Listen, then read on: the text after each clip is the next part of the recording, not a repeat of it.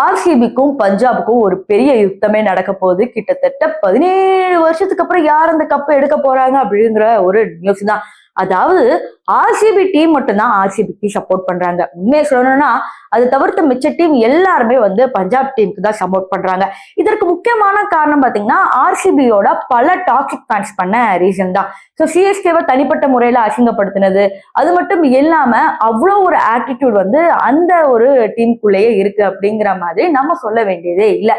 இதுல முக்கியமா நம்ம பார்க்கப்பட வேண்டிய விஷயம், போன தடவை குவாலிஃபயர் மேட்ச்ல பாத்தீங்கன்னா பஞ்சாப்ல விளையாட வந்த ஒரு பிளேயரை பார்த்து இவர் கொஞ்ச நேரத்துக்கு முன்னாடி தண்ணி போட வந்தவன் அப்படிங்கிற மாதிரி கிணறு அடிச்சு விராட் கோலி பேசினா அந்த வீடியோவும் சமூக வலைதளங்கள்ல பரவலா பேசப்பட்டனால என்ன சொன்னாங்கன்னா, கண்டிப்பா பஞ்சாப்பும் ஆர்சிபி தான் ஃபைனலுக்கு வரணும், பஞ்சாப் தான் கப் அடிக்கணும் அப்படிங்கிற மாதிரி சொன்னாங்க. ஏன்னா விராட் கோலி அவர்கள் சமீபத்துல இன்னொரு மேட்ச்ல கூட அதே மாதிரி ஸ்ரேயஸ் ஐயர் முன்னாடி ஓவர் ஆட்டிடியூடா டான்ஸ் ஆடி காமிச்சிருப்பாரு. சோ இந்த மாதிரி வீடியோ எல்லாம் பரவலா பேசப்பட்டாலும் அவர்கள் நல்ல நண்பர்கள் அப்படின்னு நமக்கு தெரிஞ்சாலும் ரசிகர்களுக்கு இது பல வேறுபாடுகளை முன்னிலைப்படுத்துது. இன்னைக்கு யார் ஜெயிக்க போறாங்க அப்படின்னு உங்களுக்கு தெரிஞ்சா மறக்காம கமெண்ட் செக்ஷன்ல சொல்லுங்க.